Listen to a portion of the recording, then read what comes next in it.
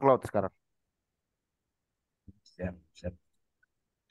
Baik, Assalamualaikum warahmatullahi wabarakatuh. Selamat malam.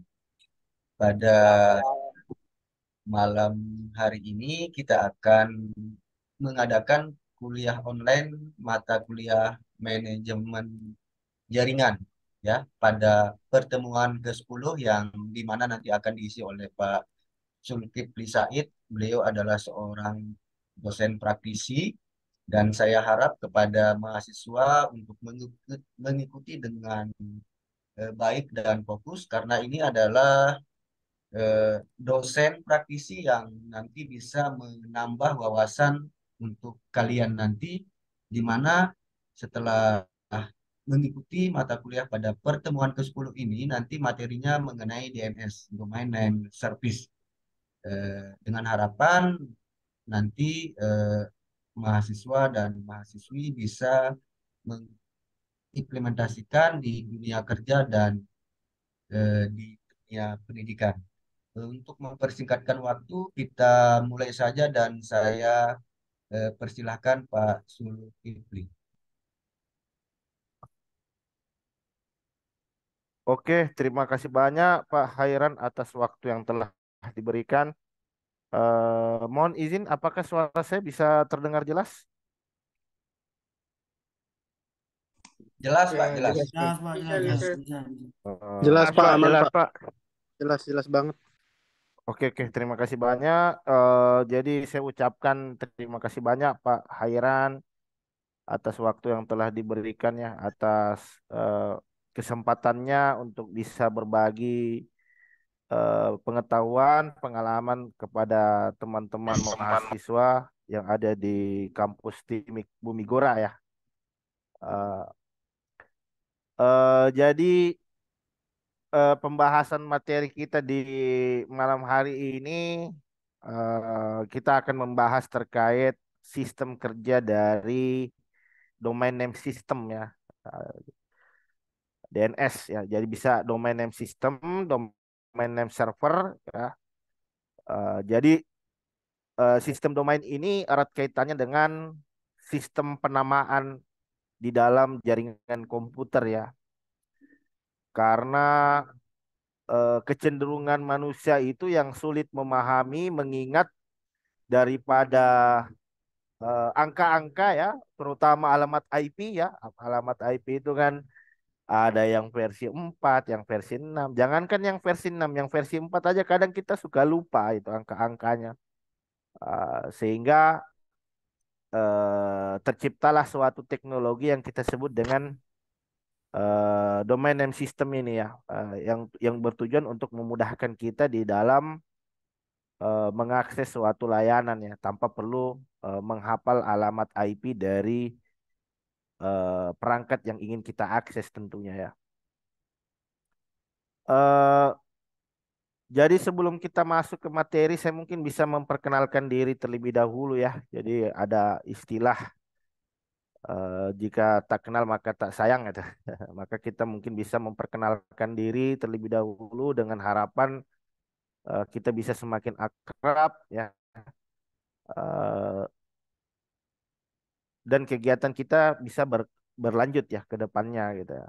Nanti saya akan share beberapa informasi ya terkait akun LinkedIn ya, YouTube, akun-akun Gmail dan lain sebagainya sebagai wadah agar kita bisa saling bertukar informasi ya. Ada pertanyaan seputar teknis ya terkait jaringan, sistem administrator ya dan lain sebagainya, itu bisa kita diskusikan nantinya ya. Mohon izin, apakah bisa dilihat ya slide-nya? Bisa Pak, bisa. Jelas. Bisa Ya, Pak, Pak, bisa bisa, Pak. bisa, bisa. Eh, Bisa, bisa. jadi mohon izin perkenalkan, nama saya Zulkifli Said, seorang dosen dan juga seorang praktisi ya. Jadi saya dua kaki, satu kaki saya sebagai seorang akademisi dan satu kaki saya lagi sebagai seorang praktisi ya.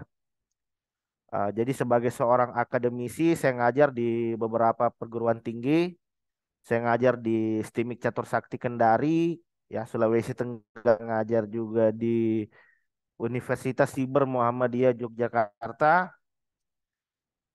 Kemudian selain itu saya juga beberapa lembaga pelatihan ya, training center. Saya ngajar di eh, salah satunya di program prakerja ya, salah satunya di program prakerja Kampus Merdeka dan lain sebagainya. Kemudian termasuk juga mengisi training di industri ya terkait cyber security, keamanan komputer, jaringan komputer, sistem administrator dan lain sebagainya. Nah, kemudian satu kaki saya lagi adalah sebagai seorang praktisi ya. Jadi saya mengelola sebagai seorang praktisi, saya mengelola infrastruktur, saya kelola server, jaringan eh, di beberapa perusahaan swasta yang ada di Kota Kendari dan beberapa wilayah lainnya ya di Jakarta dan lain sebagainya. Nah, jadi pembahasan materi kita di malam hari ini melanjutkan materi yang telah disampaikan sebelumnya oleh dosen-dosen pengampuh sebelum saya ya.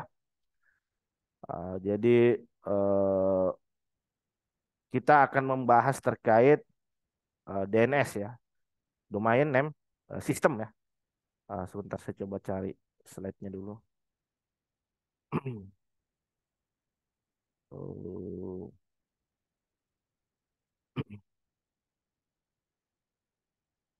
eh, saya stop share screen dulu ya. Oke. Jadi kita akan membahas terkait eh, manajemen jaringan ya, pengantar domain name system ya, pengantar domain name system. Bisa dilihat ya teman-teman ya. Saya full screen dulu nih. Saya kasih full screen view.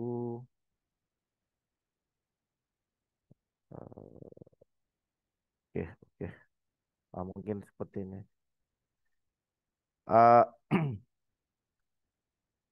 Eh, jadi topik materi kita akan membahas terkait latar belakang ya, mengapa ada teknologi DNS ya, mengapa ada teknologi yang kita sebut dengan DNS ya. Kemudian kita juga akan membahas terkait seperti apa sistem kerja dari domain name system ya, organisasi yang terlibat yang selaku pengatur ya selaku yang mengatur regulasi terkait penamaan domain ya. Jadi ada banyak organisasi internasional yang terlibat di sana untuk mengatur bagaimana melakukan alokasi terhadap domain yang ada ya.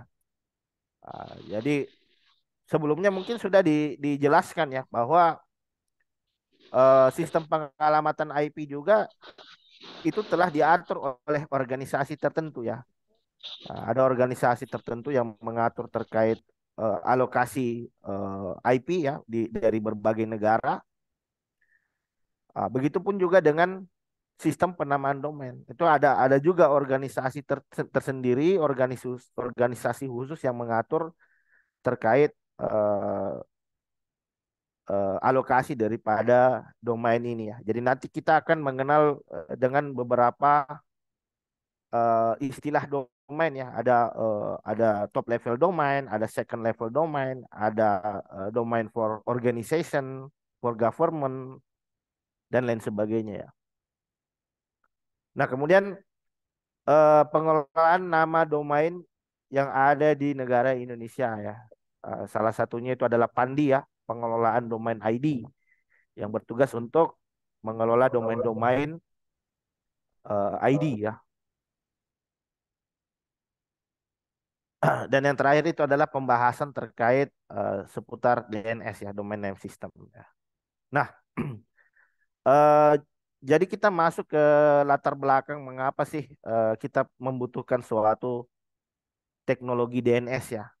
Jadi seperti yang telah kita ketahui bersama bahwa kapasitas kita sebagai seorang manusia itu sangat terbatas gitu. Jadi kalau saya minta teman-teman untuk menyebutkan, misalkan tolong sebutkan minimal 5 nomor HP yang Anda ingat gitu. Jadi saya yakin Anda mungkin mengingat cuman beberapa nomor HP doang gitu kan. Mungkin satu atau dua nomor saja gitu kan. Ya, jadi kalau saya ditanya nomor, saya cuma ingat nomor HP saya sendiri gitu. Bahkan nomor istri saya, nomor orang tua saya itu enggak saya hafal gitu. Kenapa? Karena itulah sifat dasar kita sebagai seorang manusia ya. Jadi kita sangat sulit gitu untuk mengingat sebuah angka gitu, apalagi angka-angka dengan jumlah digit yang banyak ya, jumlah nominal yang banyak gitu kan. Seperti IP itu kan sangat susah untuk diingat ya. 202, 134, 110, ya 200.201, 150, 147. Ini kan apa ya? Ya, satu dua IP bolehlah. Tapi ketika jumlahnya itu sangat banyak, maka bisa saya pastikan kita tidak akan ingat itu. Paling ya ingat satu dua domain doang gitu kan, yang memang sering kita akses gitu. Sehingga sehingga diadakanlah teknologi yang kita sebut dengan DNS ini ya, domain name system ini. Jadi domain name system ini dia bertujuan untuk melakukan resolve ya. Dia melakukan translate yang menerjemahkan suatu domain ke alamat IP dari perangkat yang ingin kita akses gitu. Jadi misalkan kita pengen akses www.universitasbumigora.ac.id gitu kan. Maka alamat domain yang telah kita definisikan tadi itu nanti akan selanjutnya ditranslasikan, diterjemahkan oleh resolver ke dalam suatu alamat IP dari perangkat server itu, eh, eh, dari situs Universitas Bumigora tadi. Nanti kita akan mendapatkan alamat IP realnya gitu ya. Jadi sama halnya lah, sama halnya misalkan kalau di apa di perangkat smartphone di handphone kita itu kadang kan suka cari misalkan nomornya Pak Hairan berapa gitu kan. Kita tinggal tulis di pencarian kontak gitu kan. Maka ketika saya klik Pak Hairan, maka nanti akan ditampilkan nomor HP dari Pak Hairan gitu. Jadi saya tinggal menghubungi beliau gitu. Jadi saya tidak perlu ingat nomornya beliau, tidak perlu. Itu bukan urusan saya gitu. Saya tidak perlu mengingat ingat-ingat nomor dan lain sebagainya. Sudah kita percayakan pada eh, sistem gitu, aplikasi sistem perangkat lunak yang memang bertugas untuk mengelola daripada informasi tadi gitu. Jadi sekalipun kita punya 1 juta kontak itu nggak akan susah gitu. Kita cukup ingat namanya doang. Kita cukup ingat namanya, maka nanti dia akan ditampilkan berapa nomor ya, nomor yang bisa dihubungi gitu kan. Begitupun juga dengan sistem komputer ya, jaringan komputer. Komputer ini sangat banyak itu, jumlahnya miliaran di dunia ini kan. Uh, jadi dengan adanya DNS server ini nanti DNS server bertugas untuk mengindeks ya, untuk mendata daripada seluruh alamat IP publik yang ada di dunia gitu ya. Jadi dia akan menyimpan daripada alamat IP misalkan situs Google ya, Facebook ya, Universitas Bumigora dan lain sebagainya tentunya. Nah, jadi untuk menyelesaikan permasalahan sistem penamaan tadi ya, maka dibutuhkan suatu cara ya atau alternatif di dalam eh, menyelesaikan permasalahan tadi gitu kan. Jadi sebelum adanya teknologi DNS kan kalau kita ngakses komputer ya kita ingat IP-nya gitu kan. Ini jadi masalah ketika jumlah komputer itu bertambah, apalagi jaringan komputer kan pasti nanti akan mengalami skalabilitas gitu kan. Komputer itu akan terus bertambah gitu. Perangkat itu akan selalu bertambah. Saat ini perangkat kita mungkin 5 6 ya. Kita tunggu-tunggu saja. Besok-besok mungkin jumlahnya bertambah jadi 10 dan itu nanti akan menyulitkan kita untuk menghafalkan daripada setiap alamat IP komputer tersebut. Ya. Jadi komputer bertambah kenapa? Karena data berkembang. Ya. Jadi seiring berkembangnya data maka tentu saja perangkat-perangkat pemrosesan ini nanti juga akan ikut bertambah gitu kan. Karena ada kebutuhan performa, ada kebutuhan layanan dan lain sebagainya. Nah, ketika jumlah perangkat ini sudah semakin banyak, maka kita membutuhkan suatu teknologi. Kita membutuhkan suatu teknologi untuk bisa mengingat daripada informasi tersebut ya. Jadi sebelum adanya domain name system, kita mengenal dengan istilah host ya. Eh, kita menyimpan informasi daripada alamat domain itu di etc host ya. Ah, jadi dia semacam file yang menyimpan daripada alamat IP dan juga nama domainnya gitu. Nah, dari nama domain atau nama perangkatnya gitu kan. Nah, jadi ini contoh dari isi file etc host ya. 103.28.53.244. Ah, itu adalah alamat router. 103.28.53.243 ini adalah domain dari Universitas Bumigora. Terus kemudian ketika bertambah lagi, kita tulis lagi, kita catat lagi gitu. Kita update lagi ke seluruh host yang ada gitu. Jadi ya logika sederhananya seperti ini ya. Misalkan di komputer saya ada file yang namanya etc host ya. Jadi ketika saya mengupdate suatu record ya, otomatis orang yang ada di dalam jaringan juga harus mengupdate informasi itu gitu. Jadi dilakukan secara simultan, semua semua harus mengupdate. Ketika ada informasi baru, semua perangkat harus update dengan cara manual gitu. Dan ini menjadi masalah kan ketika jumlah perangkat bertambah, maka update-nya juga dilakukan secara manual gitu. Kita perlu mengkonfigurasi daripada setiap file etc host di setiap perangkat yang ada kan. Nah, tentu saja ini akan wasting time gitu, akan tenaga. Sehingga dibutuhkanlah suatu sistem di mana ketika ada perangkat yang bertambah, maka domainnya, alamat IP daripada perangkat tersebut nanti akan secara otomatis diupdate ke perangkat-perangkat host yang ada di dalam jaringan.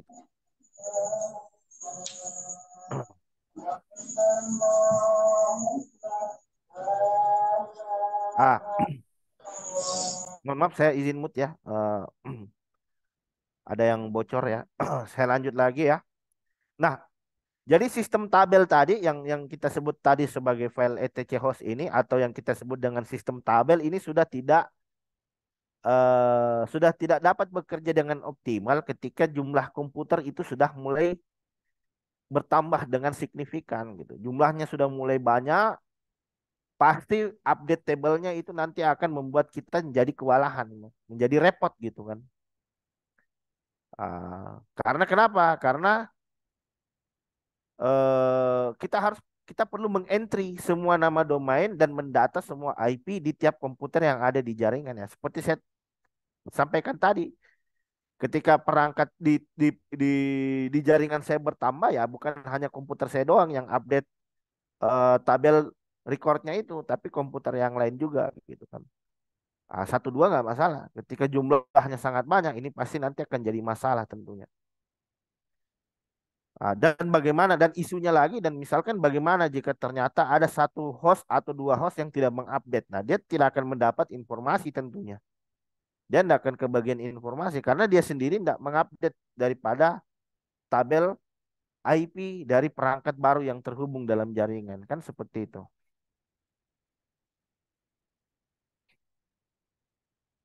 Ah, jadi inilah penyebab mengapa suatu sistem domain itu didefinisikan ya. Mengapa domain name system itu selanjutnya didefinisikan karena tadi teknologi terus berkembang gitu kan. Arsitektur jaringan sudah mulai mengalami perubahan ya. Jumlah host bertambah, data di dalam tabel record tadi mulai membesar ya, dan berbagai macam informasi lainnya gitu. Dan kita juga nanti akan kesulitan untuk mengklasifikasi eh,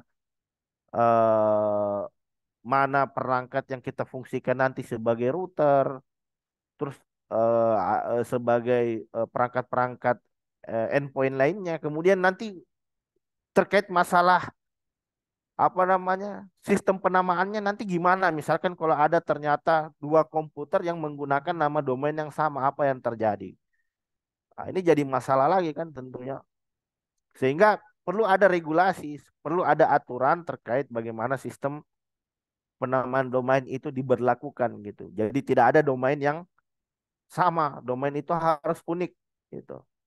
Ah, terus kemudian domain itu harus bisa mendefinisikan karakteristik dari host tadi ya, apakah dia suatu organisasi, apakah dia sebuah perusahaan komersial, apakah dia merupakan suatu domain untuk suatu negara ya dan lain sebagainya. Nah, ini menjadi PR tentunya bagi seorang sistem administrator ya dalam jaringan komputer. Nah, sehingga adalah teknologi yang kita sebut tadi dengan DNS ya. Ada sehingga lahirlah suatu teknologi yang kita sebut tadi sebagai DNS ya, atau kita sebut dengan domain name system ya. Eh, jadi DNS itu atau domain name system ini merupakan suatu distributed database system ya. Jadi merupakan suatu database yang terdistribusi ya, sebuah sistem database yang terdistribusi ya. Jadi tersebar dia. Kalau kita berbicara terdistribusi artinya tersebar ya. Jadi informasinya tersebar, tersimpan di berbagai perangkat host yang ada ya. Ah, dan jadi DNS ini yang selanjutnya nanti kita fungsikan sebagai pencarian nama komputer ya. Untuk mencari suatu nama komputer, nama domain, maka kita akan menggunakan teknologi DNS ini ya. Sebagai sebuah name resolution ya. Untuk melakukan name resolusi untuk mengetahui suatu IP dari alamat dari nama komputer tertentu gitu kan. Nah, jadi DNS ini dia bekerja di suatu protokol TCP/IP. Nah, ini kita sudah sempat membahas ya sebelumnya terkait teknologi dari trans TCP/IP ini ya. Jadi kalau dulu kita kenal dengan istilah OSI layer. Kalau kita berbicara OSI layer itu ada tujuh ya. Ada tujuh, kemudian disederhanakan dengan protokol TCP/IP jadi 4 layer doang gitu. Nah, itu. Namun secara garis besar TCP/IP dan OSI layer ini mendefinisikan terkait bagaimana suatu komunikasi itu terjadi di dalam jaringan komputer. Nah, kita harus paham ini, orang jaringan itu harus betul-betul paham terkait TCP/IP ini dan OSI layer gitu. Jadi DNS ini adalah suatu service, adalah suatu layanan aplikasi ah, yang biasa digunakan di internet seperti web browser atau email yang menerjemahkan sebuah domain ke IP address. Nah, jadi saat di mana kita mendapatkan DNS ini ya, kita mendapatkan DNS ini ketika kita melakukan suatu query domain gitu kan. Misalkan kita tulis di browser www.google.com gitu kan. Ah, jadi ada suatu resolver yang saya sebut tadi ya. Ada suatu sistem yang selanjutnya nanti akan melakukan pencarian eh, daripada IP dari situs yang ingin kita akses gitu kan. Nah, ini sistem kerja daripada web browser ya.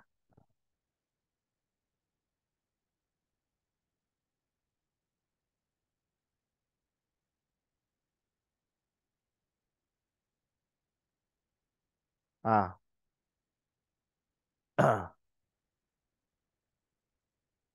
ini adalah terkait dengan sistem kerja dari domain name system. Nah, ini. Ah, jadi sistem kerjanya, sistem kerjanya di sini ada sebuah DNS server ya. Ada sebuah server yang kita fungsikan sebagai database domain ya. Database daripada perangkat-perangkat yang terhubung dalam jaringan. Nah, gitu. Jadi saya pengen ngakses saya pengen saya pengen akses eh,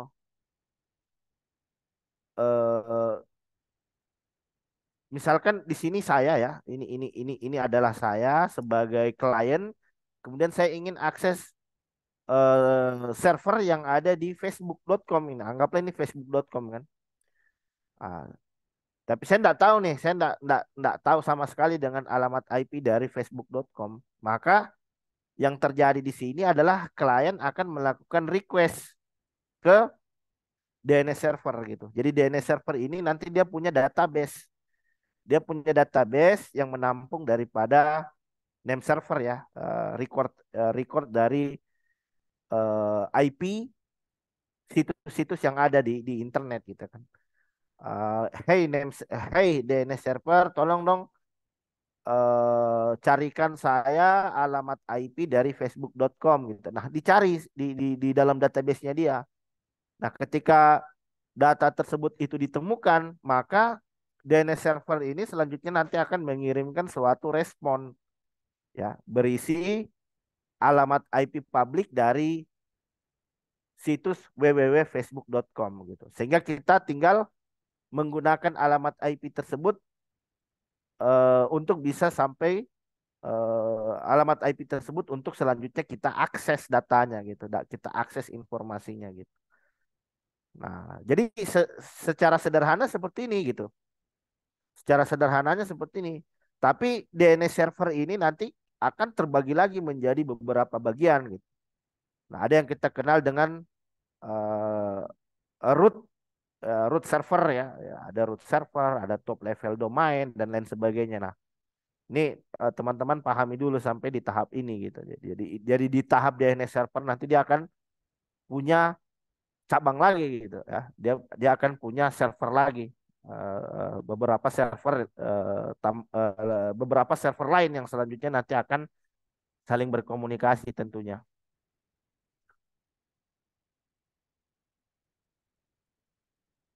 Nah,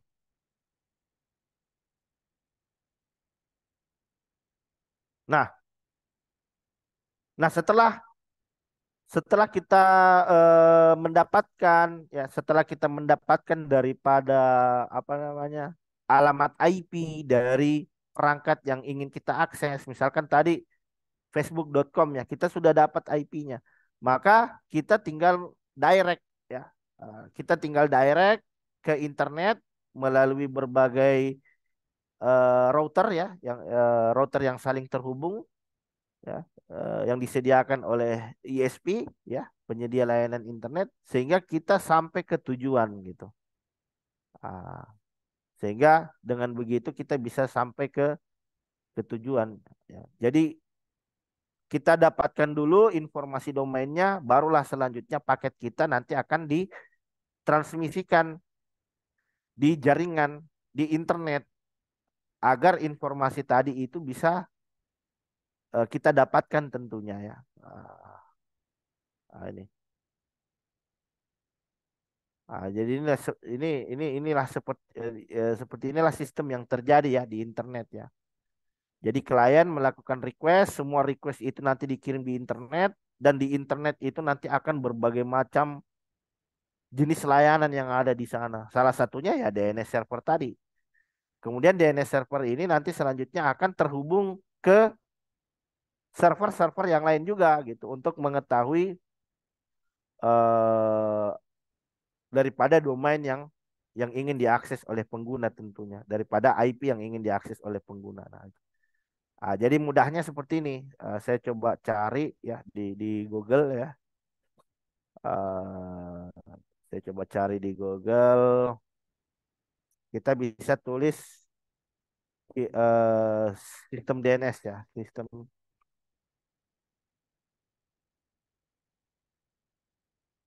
Jadi saya punya contoh ilustrasi tadi cukup. eh, ini. Ah, jadi pengembangan daripada DNS ya seperti ini nantinya, ya. Jadi selain melalui DNS server, ya ada lokal DNS ya, yang tersimpan di dalam komputer kita atau DNS server ya.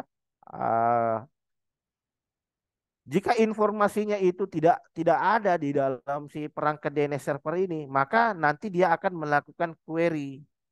Dia akan mencari dulu dari root DNS server ya. Ini kita akan bahas sebentar apa sih isi dari root DNS server, kemudian top level DNS server dan lain sebagainya. Jadi kita pahami dulu misalkan ketika ada request dari host, tolong dong cariin saya www.facebook.com gitu kan.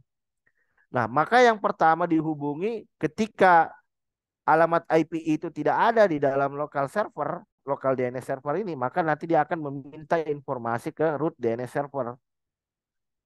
Nah, ketika datanya itu ternyata tidak dimiliki oleh root DNS server, maka tahap berikutnya DNS server ini nanti akan melakukan query ke layer yang ada di bawahnya gitu, hierarki yang ada di bawahnya, yaitu apa? Yaitu top level DNS server. Nah, dan terakhir, ketika informasi itu tidak ada, maka alternatif terakhirnya adalah otoritatif. Kita mengakses ke autoritatif DNS server. Nah, autoritatif DNS server ini umumnya dia menyimpan ya berbagai informasi daripada DNS gitu. Jadi dia selaku backup ya, selalu DNS yang menyimpan informasi juga tentunya. Jadi domain itu ini ya ada standarisasinya, ada hierarkinya gitu. Yang mana setiap server ini nanti memiliki tugasnya masing-masing gitu. Nah, ini kita akan bahas sebentar di slide berikutnya ya. Jadi ini yang perlu teman-teman pahami terlebih dahulu bahwa proses melakukan request DNS itu nanti dimulai dari lokal DNS server dulu. Kalau tidak ada, pasti dia ke root DNS. Ketika tidak ada di root DNS, dia akan turun lagi di top level DNS. Ketika tidak ada, ternyata ada di autoritatif DNS. Ternyata informasinya ada di autoritatif DNS. Setelah itu baru informasi daripada DNS tadi akan di cache gitu, akan disimpan ke dalam si lokal DNS server gitu. Sehingga ketika ada permintaan lagi kita tidak perlu mencari lagi keluar gitu, karena informasinya itu sudah di cache. Ketika ada akses untuk yang kedua kalinya, kita cukup ngambil langsung ke lokal DNS server gitu, karena sudah pernah di cache sebelumnya gitu oleh si lokal DNS server ya, seperti itu. Ah, jadi ini prinsip kerjanya ya, seperti yang telah saya jelaskan tadi. Jadi klien melakukan query name server. Jadi dia lakukan query name server ke DNS server gitu kan. Ketika informasinya ada, maka informasinya itu nanti akan diberikan kepada klien ya, untuk selanjutnya digunakan oleh klien untuk terhubung ke target gitu. Namun DNS server tidak sesederhana itu gitu. DNS server nanti dia akan memiliki banyak server ya di belakangnya gitu sebagai backup ya, sebagai apa eh, eh, sebagai jalur yang nantinya akan dihubungi oleh si DNS server ini ketika dia tidak menyimpan informasi daripada eh, info, eh, eh, dia akan mengakses informasi daripada informasi yang dibutuhkan oleh klien tadi tentunya. Ah, Nah ini, jadi ini yang terjadi. Inilah arsitektur yang sebenarnya. Jadi kita mulai dari komputer lokal dulu gitu kan. Ini adalah perangkat kita gitu, perangkat klien, perangkat dari user yang melakukan akses ke suatu domain ya. Ah, jadi yang terjadi di sini adalah eh, klien akan melakukan resolve dulu kemana ke browser yang ada. Jadi browser itu juga nanti akan menyimpan informasi daripada DNS ya. apakah itu kita menggunakan Internet Explorer, apakah itu menggunakan Netscape ya. Jadi nanti ada cache-nya gitu. Ada cache daripada informasi DNS yang disimpan ke dalam komputer. Jadi setiap kita mengakses itu sebenarnya browser kita itu melakukan cache ya. Dia mengcache, artinya nyimpan informasi atau jejak rekam jejak dari informasi yang pernah kita akses gitu. Nah, jadi kalau belum pernah kita akses tidak disimpan sama dia, tapi ketika kita sudah akses maka nanti akan disimpan ke dalam lokal ya, penyimpanan lokal yang ada di komputer itu sendiri ya. Ah, kalau tidak ada di dalam lokal komputer, di dalam si perangkat klien ini, maka nanti dia akan melakukan resolver. Dia akan resolve ke DNS server yang ada di jaringan lokal tentunya. Ah, ketika tidak ada, maka nanti dia akan mencari ke internet. Ya, dia akan mencari informasinya ke internet, melalui internet nanti dia akan terhubung ke root DNS tadi. Nah, itu. Ketika informasinya ada di root DNS, maka root DNS nanti akan mengirimkan reply, ini loh alamat IP dari komputer yang ingin kamu hubungi gitu karena melewati kembali internet, di cache oleh DNS server lokal, terus diteruskan kepada klien dan di klien di cache lagi informasinya tadi gitu. Untuk selanjutnya nanti akan diakses lagi ketika kita membutuhkan gitu. Ketika kita membutuhkan informasi itu. Nah, jadi inilah yang terjadi gitu ya. Inilah yang terjadi di dalam sistem penamaan domain. Nah, jadi ini adalah beberapa keunggulan yang kita dapatkan ketika kita menggunakan suatu domain name system ya. Jadi yang pertama ya tentu saja DNS itu mudah, gampang diingat, ya mudah, kemudian tidak bikin ribet gitu dibandingkan Anda disuruh menghafal gitu. Alamat-alamat IP publik yang ada di internet itu pasti pusing itu. 1-2 hari pasti lupa. Tapi dengan menggunakan sistem DNS kita cukup mengingat daripada komputer name ya atau host name itu, atau domain dari perangkat yang ingin kita akses tentunya. Nah, kemudian yang kedua itu adalah konsisten gitu. Ah, jadi dengan menggunakan sistem domain kita kita bisa mengakses layanan itu secara konsisten gitu. Nah, contohnya misalkan saya punya 3 server nih kan. Saya punya 3 server. Ketiga layanan tadi itu saya dia dia bisa dengan menggunakan satu domain untuk mengakses daripada ketiga server tadi gitu. Ah, ya, bisa dengan melakukan ya jadi contoh mudahnya seperti ini ya. Ketika kita mengakses facebook.com. Jadi facebook.com ini kan servernya tersebar di berbagai macam negara kan, ya. Dia tersebar di berbagai macam negara. Satu domain tapi dengan berbagai macam server yang tersebar di berbagai wilayah yang ada di dunia gitu. Ah, jadi kita cukup dengan mengakses domainnya. Maka DNS tadi nanti akan mencari mana alamat IP publik yang paling dekat dengan klien daripada orang yang melakukan request. Oh, ada yang mengakses facebook.com. Diidentifikasi alamat IP-nya. Oh, alamat IP-nya dari Indonesia. Ya udahlah, kau enggak perlu jauh-jauh. Akses langsung ke server yang ada di lokal gitu. Akses langsung ke servernya Facebook yang ada di lokal kan. Nah, gitu. Jadi dampaknya apa? Dampaknya ya terjadi eh, peningkatan dari sisi waktu gitu kan. Jadi kita enggak perlu keluar lagi kita tidak perlu mengakses lagi ke server yang ada di luar negeri. Kita aksesnya langsung ke server yang ada di lokal gitu. Sehingga throughputnya itu nanti akan semakin cepat gitu pasti. Latensinya nanti bisa akan semakin kecil. Jadi kalau dalam jaringan kan seperti itu. Jadi semakin kecil latensi maka semakin cepat juga informasi itu diakses tentunya. Nah, ini yang dilakukan oleh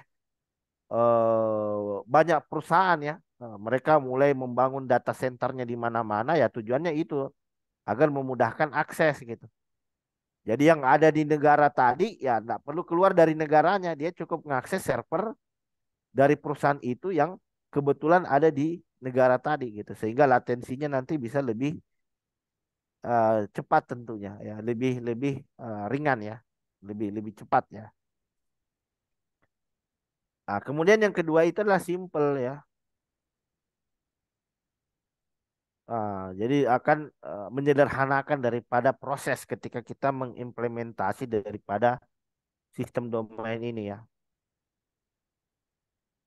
Ini jadi seperti halnya IP, domain juga ini perlu diregulasi, perlu ada aturannya ya, perlu ada lembaga organisasi yang mengatur terkait alokasi daripada domain, pemilihan domain ini gitu kan.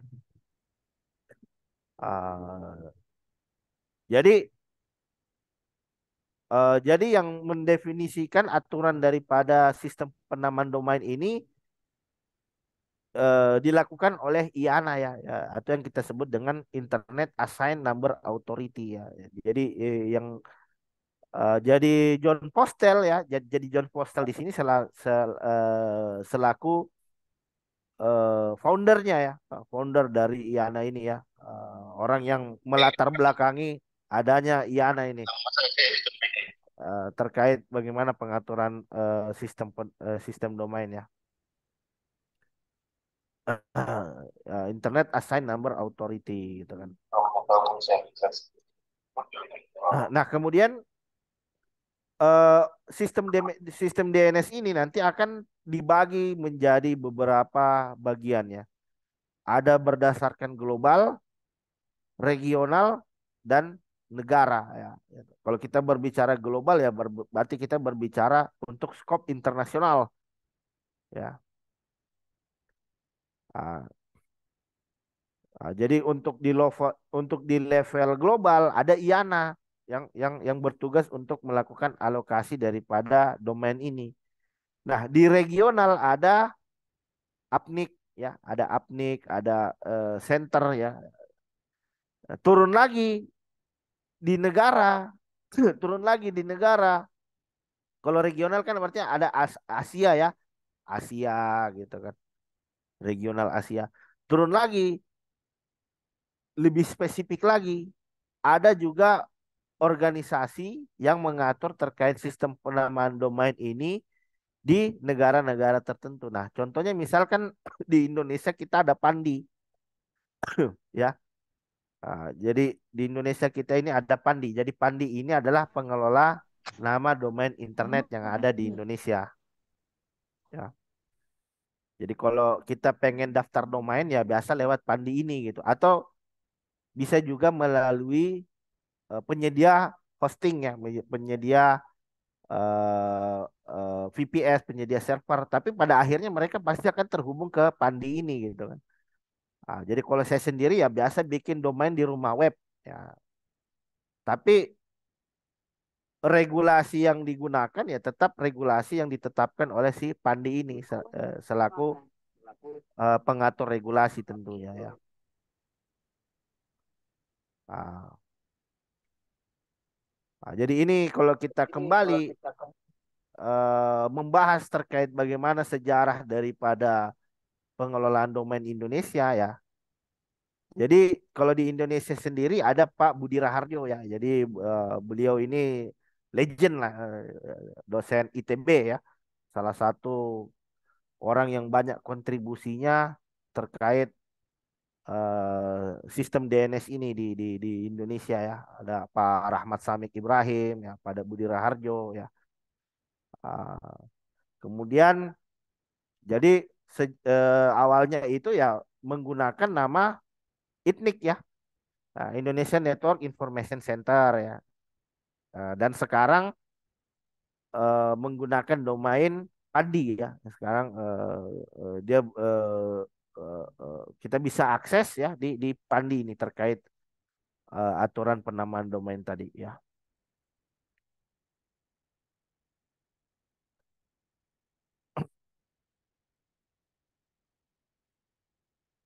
Kemudian, nah ini adalah hierarki daripada distribusi dari eh, hierarki distribusi daripada IP versi 4 ya. Jadi ada ikan ya, kemudian turun lagi. Nah, mereka-mereka inilah yang bertugas untuk melakukan alokasi khususnya pada IP versi 4 tentunya ya. Ah, jadi kalau kita lihat historinya, ini sangat banyak organisasi yang terlibat di dalamnya.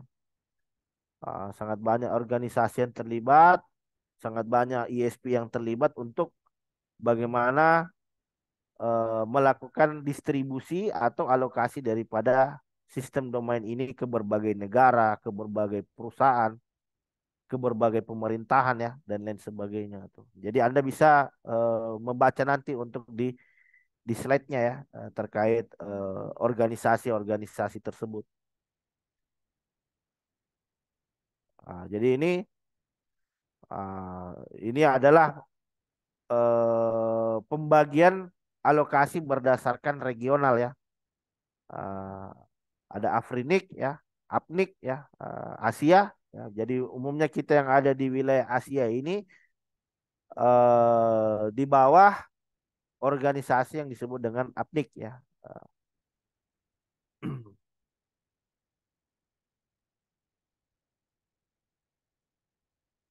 Nah,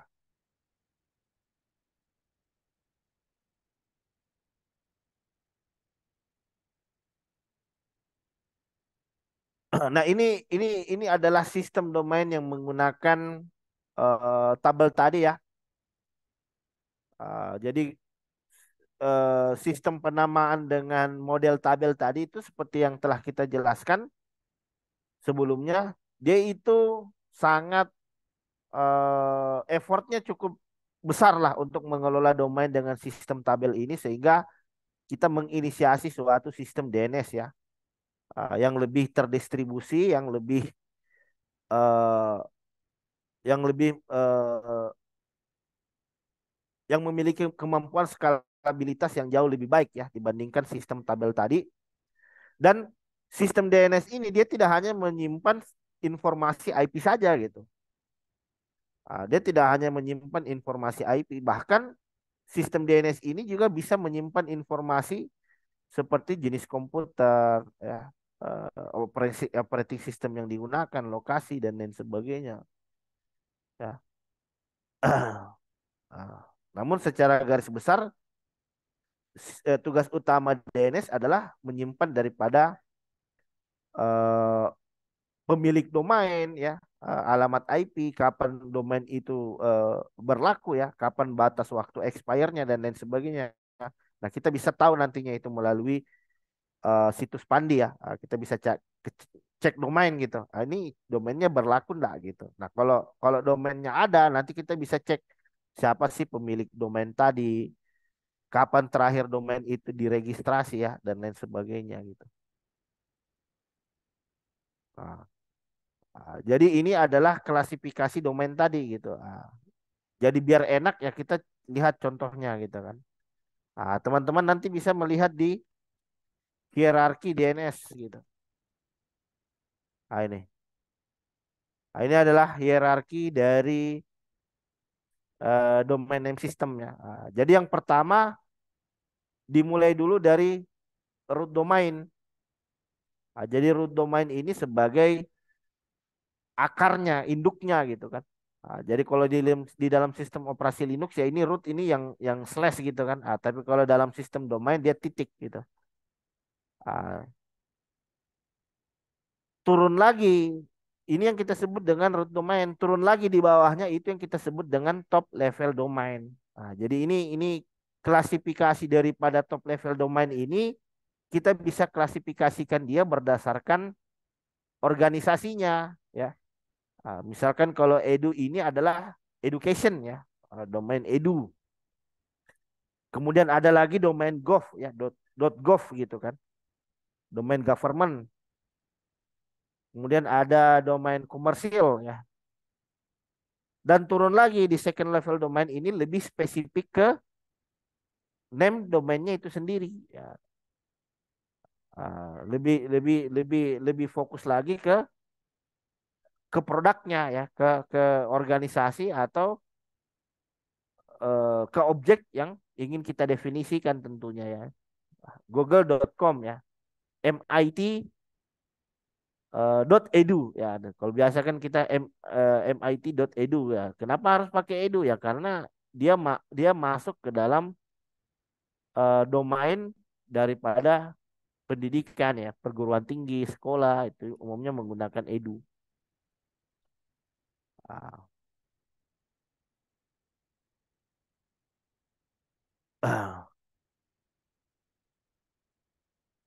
Ah, jadi di top level domain ya, eh, ada .com, ada .net, ada .org. Kemudian turun lagi ada CCTLD. CCTLD ini adalah country kode top level domain ya. .id, .ac, .id. Nah, ID ini mendefinisikan negara ya, Indonesia, ada .jp ya, Jepang, ada SG Singapura, ada .us ya, United States ya, dan lain sebagainya. Nah, jadi nanti di setiap negara ada administrator yang ditunjuk oleh IANA ya sebagai penanggung jawab domain di regional wilayahnya masing-masing tentunya. Nah, jadi query DNS ini sama halnya dengan melakukan penelusuran alamat IP ya pada umumnya ya, nggak ada bedanya sih, nggak begitu jauh berbeda. Ah, jadi kita mulai dari eh dan jadi nanti dia akan dibaca dari belakang gitu. Nah, untuk menelusuri alamat di bawah ini, alamat dibaca dari belakang. Jadi contohnya ini, Azmuri Wahyu, jurusan Teknik Informatika ITATS ya, Gedung C10, Jalan Arif Rahman Hakim, Surabaya, Indonesia. Nah, jadi yang dilakukan oleh DNS, oleh sistem query yang ada di DNS, nanti dia akan baca dari bawah dulu gitu. Nah, jadi dia akan baca dari domain utamanya dulu, oh Indonesia, terus naik lagi ke Surabaya, ya. Nah, kemudian Jalan Arif Rahman Hakim. Nah, jadi semakin naik ke atas, maka semakin spesifik informasinya gitu. Jadi Indonesia dari nasional turun ke regional, Surabaya turun lagi ke alamat jalannya, spesifik lagi ke alamat gedungnya, spesifik lagi ke jurusannya, dan spesifik lagi ke orang yang selanjutnya nanti akan dituju gitu. Jadi semakin semakin turun dia ke bawah, semakin naik dia ke atas, maka semakin detail daripada informasi yang kita dapatkan tentunya. Nah, contohnya seperti ini. Ah, ketika kita melakukan query www.informatika.itacs.ac.id. Berarti yang kita baca itu adalah dari awalnya dulu, dari akhirnya dulu. ID. ID adalah domain Indonesia. .ac.id ini adalah alamat institusi pendidikan ya, ya edu ya. Jadi bisa menggunakan edu, bisa menggunakan AC. AC itu artinya akademik ya, akademik ya, akademik yang ada di negara Indonesia gitu. Spesifik lagi ITATS ya, itats.ac.id. ITATS ini adalah fakultas gitu kan. Ah, jadi eh oh mohon maaf, bukan bukan fakultas, ini nama perguruan tinggi ini ITATS ya. Institut Statistik ya, Institut Teknologi Statistik ya misalkan. Institut Teknologi Statistik.ac.id. Berarti ini sudah menggambarkan nama dari universitas beserta di mana lokasinya. Beserta juga dengan apa jenis daripada organisasi tadi. Nah, ini kelihatan kan dari sini. Mundur lagi ke belakang informatika, berarti lebih spesifik lagi ke jurusannya gitu. lebih spesifik lagi ke eh, jurusan ya atau informasi yang eh, informasi akhir yang dituju ya. Informatika jurusan informatika.itats.ac.id. Nah, ini alamatnya adalah 173.145.56.80. Nah, setelah kita dapat informasi IP-nya ini, maka kita lakukan case ya. Kita case informasinya gitu. Ke dalam mana? Ke dalam lokal komputer tentunya. Agar ketika ada query lagi untuk yang kedua kalinya, itu kita tidak perlu ke domain set name server. Kita tidak perlu ke domain name server karena informasinya sudah kita dapatkan sebelumnya. Nah, ini tadi ya.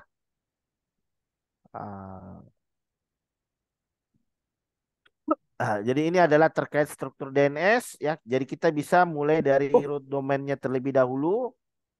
Kemudian kita turun top level domain. Ini adalah generic atau country gitu kan. Nah, ini. Generic bisa negara, bisa eh, Oh, ya Mbak, maaf halo ya, ya Aning. saya mohon maaf saya mute dulu ya. Terus turun lagi second level domain, third level domain dan terakhir itu merupakan hostname ya.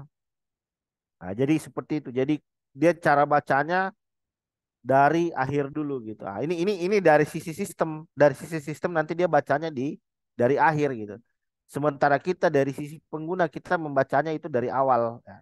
Informatika.itat.ac.id. Ah, ini ada berbagai macam jenis domain ID ya. Ada .ac itu adalah akademik, ada .co itu adalah company ya, perusahaan, ada .or, .net ya, ada Go ya, government dan lain sebagainya. Ah, Nah, ini kita lihat bahwa mulai terhitung dari tahun 98 ya, mulai terhitung 98 hingga ke 2004 itu dia mengalami kenaikan yang cukup signifikan ya terkait permintaan DNS ya, terkait permintaan domain. Jadi jumlah domain ID itu dalam rentang waktu 5 tahun, 6 tahun itu mengalami perkembangan yang cukup signifikan, mengalami lonjakan yang cukup drastis gitu. Sehingga banyak layanan-layanan yang bisa digunakan dengan menggunakan domain ID ini gitu. Jadi kalau domain ID ini lebih mencirikan suatu layanan yang ada di dalam suatu negara Indonesia tentunya ya.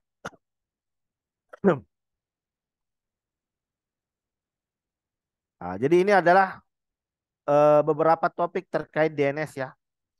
Ini adalah beberapa hal yang perlu kita perhatikan terkait DNS ya. Ada hal teknis.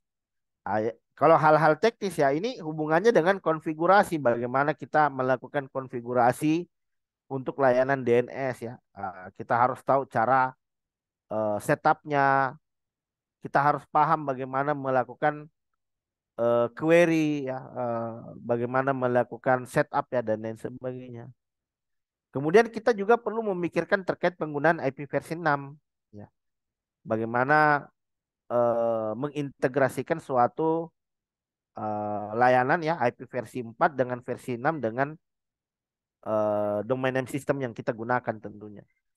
Nah, kemudian terkait hal-hal non teknis ini pasti tentu saja berat kaitannya dengan sistem penamaan dan persyaratan pendaftaran gitu. Jadi ada aturan juga sih sebenarnya ya.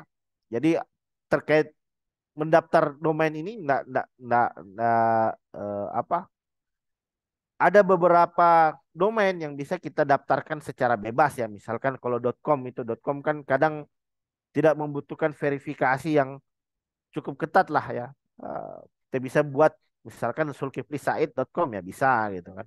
Paling konfirmasinya cuma melalui email. Namun ada juga domain-domain itu yang nggak bisa kita buat secara bebas gitu. Misalkan saya membuat domain government, nah itu nggak boleh ya. Misalkan membuat domain GoID gitu kan, uh, bumigora.go.id itu nggak boleh. Uh, Misalkan kendari.go.id ya, ya kendari.go.id ya masih boleh lah. Tapi misalkan kalau perusahaan pakai domain GoID itu nggak bisa, pendidikan nggak bisa. Jadi ada klasifikasinya memang, dan kadang untuk mendaftarkan domain itu kita perlu verifikasi. Misalkan kalau kemarin saya urus domain pemerintahan itu harus ada SK dari wali kota, ada SK dari kepala dinas, ada SK dari instansi terkait. Jadi memang betul-betul dibuktikan kevalitannya gitu untuk bisa mendapatkan domain tadi gitu. Nah, begitupun juga institusi pendidikan ya. Kita nggak bisa seenaknya gitu bikin domain ACID gitu kan. Ah, jadi tentu saja perguruan tinggi itu harus terdaftar dulu di suatu organisasi dikti misalkan ya. Harus terdaftar dulu di dikti, harus terdaftar dulu di pangkalan data, kemudian ketika datanya itu valid, maka pengelola domain bisa memberikan akses untuk menggunakan daripada domain ACID gitu. Jadi ada klasifikasinya, ada aturannya dan ada regulasinya. Nah, kemudian isu terkait DNS juga ini ya terkait dengan hukum ya. Jadi kita nggak bisa secara sembarang gitu. Misalkan kita membuat domain dari nama seseorang gitu, misalkan ya. Misalkan itu adalah seorang artis gitu kan. Ah, ini untuk menghindari apa? Ya, trademark ya, penyalahgunaan hak cipta atau cyber squatting ya.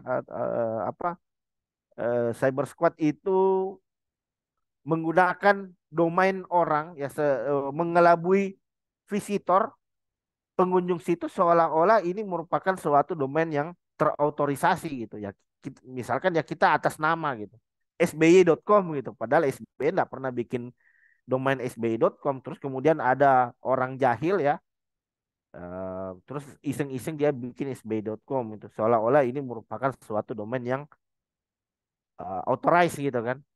Eh, Sehingga ini nanti akan banyak memancing korban gitu. Ya. Jadi tidak bisa secara sembarang gitu. Misalkan ada situs situs perbankan ya. Jadi dulu ada kejadian ya cyber squatting ya. Ada situs klik bca.com, tapi ada seorang hacker yang buat klik abc.com. Dengan tampilan yang sama gitu, dengan tampilan yang sama enggak berbeda, tidak ada perbedaan, sama. Yang berbeda cuman domainnya, itu pun perbedaannya cuman satu huruf doang gitu. Banyak yang jadi korban. Kenapa? Karena dia memanfaatkan kesalahan atau typo yang dilakukan oleh pengguna. Kita salah satu huruf saja. Dan kebetulan hacker dia menggunakan domain tadi untuk memanfaatkan typo dari eh, pengguna. Nah, jadi seolah-olah kita kalau yang buru-buru, yang tidak teliti, nah ini bisa jadi korban gitu. Kalau buru-buru. Jadi sehingga wah ini kita langsung masukkan username, masukkan password, masukkan token, selesai. Data kita bisa didapatkan oleh seorang attacker gitu. Jadi sekarang aturannya nggak boleh nggak boleh gitu kan. Jadi ada ada domain-domain tertentu memang yang sudah di blocking. Klik BCA, klik BAC, klik CBA gitu itu sudah diborong semua. Jadi nggak ada orang yang bisa beli domain itu untuk disalahgunakan tentunya. Karena apa? Ada aturannya, ada regulasinya. Jadi tidak bisa sembarang ya. Karena ini erat kaitannya dengan hak kekayaan intelektual, hak cipta, kemudian urusannya dengan cybercrime ya, cyber security ya, dan lain sebagainya. Ya, oke, kita sudah selesai ya untuk membahas seluruh total slide yang ada. Dan mungkin selanjutnya nanti kita bisa lanjut untuk sesi diskusi ya. Kemudian selanjutnya saya bisa kembalikan kepada moderator ya, Pak Marsuki. Baik, Silakan Pak Marsuki. Terima kasih ya, banyak. Baik, terima kasih banyak Pak Zulkifli sudah berbagi informasi mengenai materi DNS.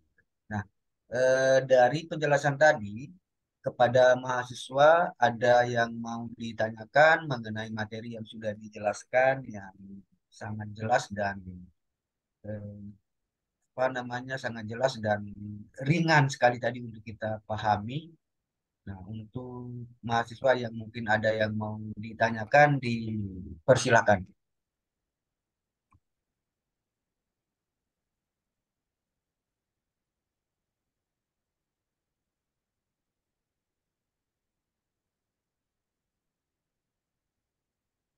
Halo, ada yang mau ditanyakan?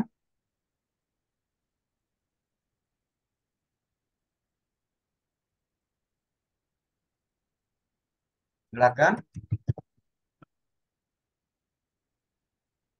Tidak ada, berarti mahasiswa ini sudah pintar-pintar semua, Pak Sul. Mungkin pada ketiduran, Pak. Yo, kok tidur? Silakan si ini Fadlan mau menanyakan apa terkait DNS.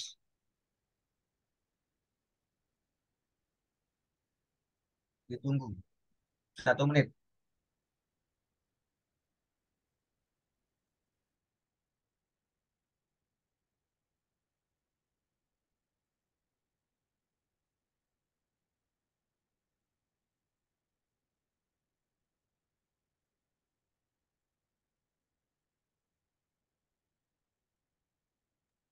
Oke, jika tidak ada pertanyaan, mungkin saya mau bertanya sedikit Pak Zulkifli mengenai Siap, DNS siap. tadi.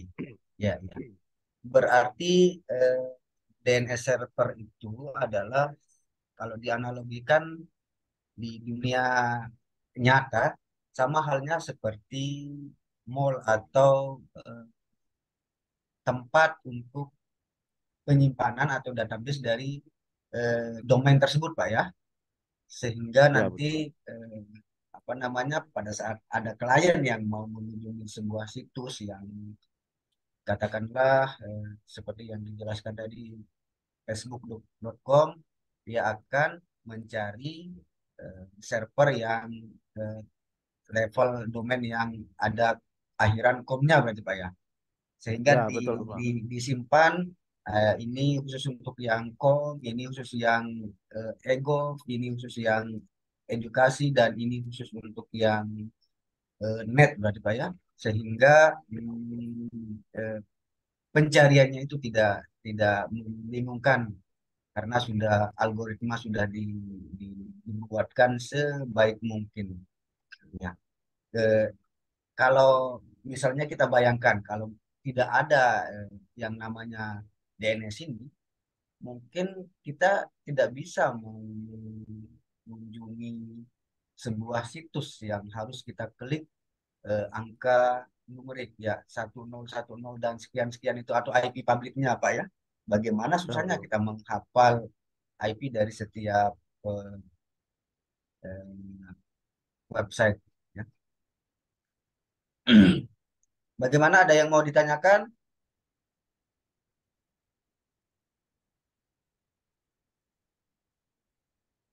Halo, ada yang mau ditanyakan ke Pak Zulkifli karena beliau adalah praktisi sekaligus dosen. Mungkin eh, jam terbangnya beliau sudah sangat banyak dan pengalamannya sudah banyak sekali, sudah tahu asam garam mengenai eh, dunia jaringan, Pak ya. Ya, betul, Pak. Oke.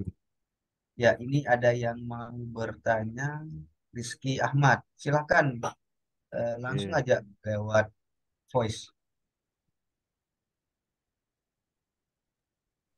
Selamat malam Pak, saya Rizky Ahmad dari kelas B. Ingin bertanya Pak, misalnya kan kita pakai DNS server menggunakan pihak ketiga, kira-kira ada nggak resiko tentang privasi atau bagaimana nantinya Pak? Oke, Eh, oke. Sekian Ah, dari pertanyaan saya, Pak. Maaf. ah, ah.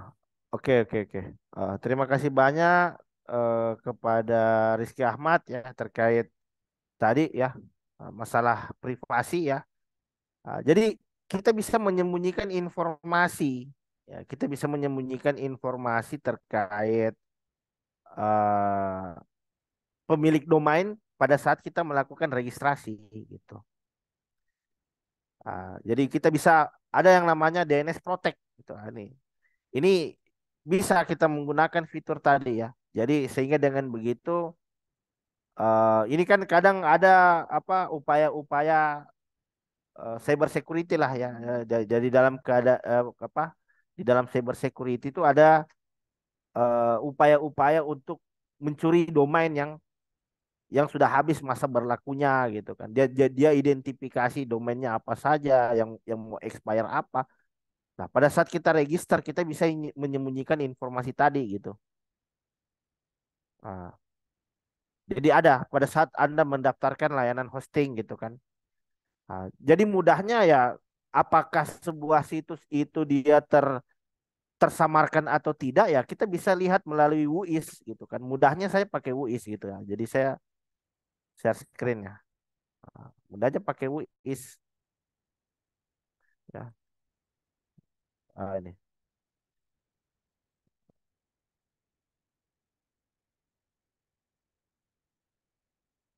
Ah, kita tulis domain name-nya gitu. Misalkan eh, Kendari Kota misalkan.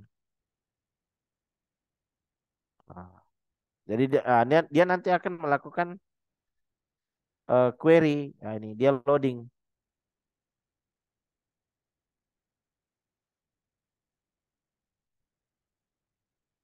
Jadi kalau yang sudah diproteksi itu kadang dia informasi-informasi yang sifatnya privasi itu nggak bisa kita lihat, kita nggak tahu itu. Ah, Sebentar dia masih loading.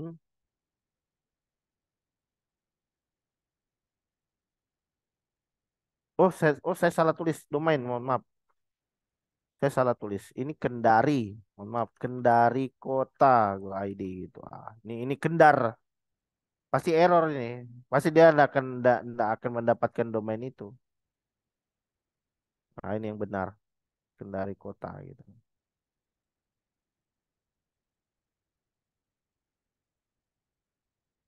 Nah kita juga bisa melihat kalau domainnya itu melalui Cloudflare ya. Jadi aksesnya berarti tidak langsung, tidak direct karena dia melalui suatu layanan Cloudflare. Nah, ini kita akan bisa melihat informasi tadi. Oke. Ah,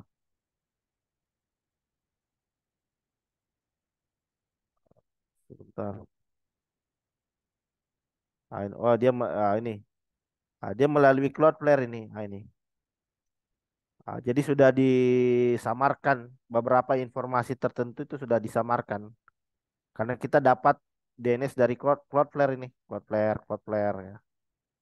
Nah, cuman ada beberapa ini yang masih kelihatan ya IP publiknya gitu kan. Nah, ini uh, misalkan uh, misalkan apa lagi ini.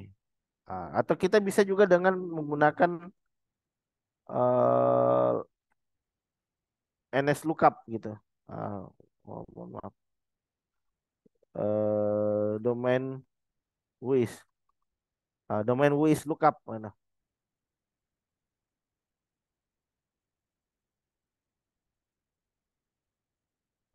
Misalkan Publik Sultra gitu. Start. Ah, ini kelihatan ini kalau tidak di sembunyikan informasi tertentu ini akan kelihatan ini. Publik Sultra itu menggunakan name server dari rumah web. Ini ya Pak. Expire-nya berapa? Ini yang saya katakan tadi. Ini kadang ada namanya domain apa jenis serangan untuk melakukan pengambil alihan domain. Jadi dia tunggu itu expire-nya. Apalagi domainnya itu domain yang authorize-nya bagus lah. Tuh ini apa blogger tahu lah itu para blogger para ini istilahnya yang DA sama PA-nya tinggi. Ya, kalau kita apa bahas ini eh ini ada register on 2020 expire-nya 2024 tanggal 5 bulan 1. Ah, terakhir diupdate itu 2023 tanggal 24 bulan 10. Oh ini tahun ini bulan ini tanggal. Nah, itu tahun bulan tanggal. Ah, ini berakhirnya bulan 5 tahun depan. Diupdate terakhir bulan 10. Ah, ini domain name-nya. Ya. Oh, ini alamat. Oh, ini alamat dari name servernya rumah web. Nah, ini. Nah, ini. Jadi kita bisa lihat contohnya lagi misalkan ah, kita bisa lihat ah, oke, berakhirnya bulan 5, tanggal 24 bulan 5 2024. Nah, name servernya dia lewat Cloudflare. Jadi dia tidak direct ke hosting. Dia tidak pakai konfigurasi name server dari hosting, tapi melalui layanan Cloudflare. Nah, ini. Jadi ada beberapa situs yang menggunakan Cloudflare ini dalam upaya tadi, dalam upaya melindungi dari ini, melindungi dari upaya-upaya information gathering misalkan ya. Jadi kadang dengan melewatkan Cloudflare, maka IP public dari perangkat server kita ini nanti akan disamarkan gitu. Jadi attacker itu nanti dia tidak akan tahu berapa alamat IP asli dari perangkat server kita gitu kan. Nah, selain itu untuk mencegah terjadinya serangan DDoS ya, denial of service dan lain sebagainya.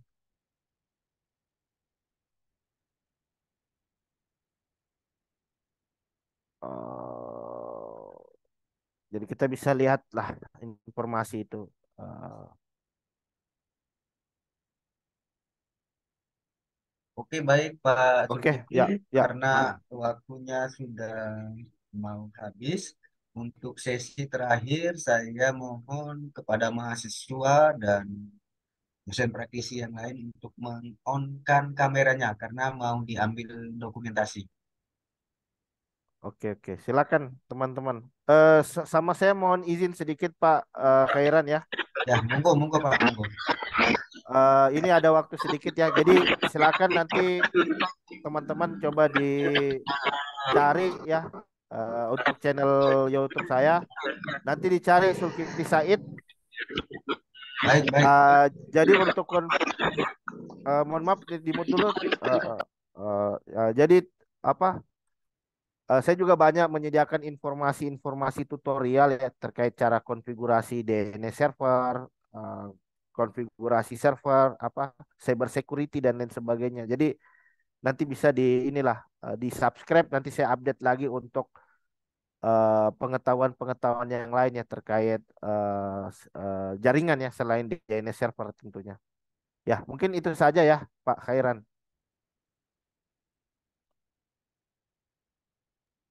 Baik Pak, terima kasih banyak sudah menginformasikan media pembelajaran lewat YouTube dengan channelnya Pak Zulkifli langsung sendiri. Nanti teman-teman kalau ada yang mau ditanyakan, ada mau masukan mengenai video yang harus ditayangkan oleh Pak Zulkifli, mungkin bisa mengomentari beberapa video yang sudah tersedia di channel Pak Zulkifli. Baik, silakan untuk ke on kamera sebentar mau diambil dokumentasi.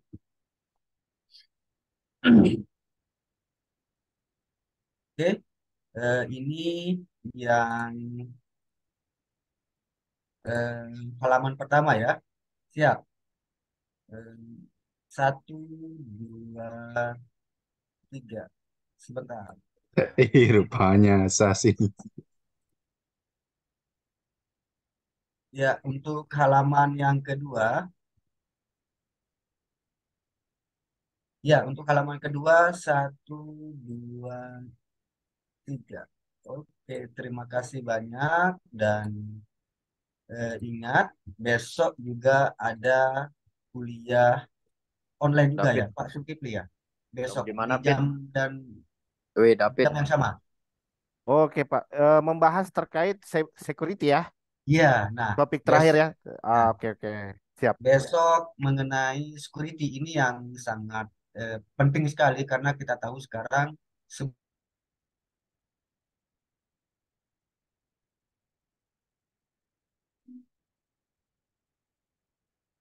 Turis, Pak. Halo. Pak, Wes, Marsuki.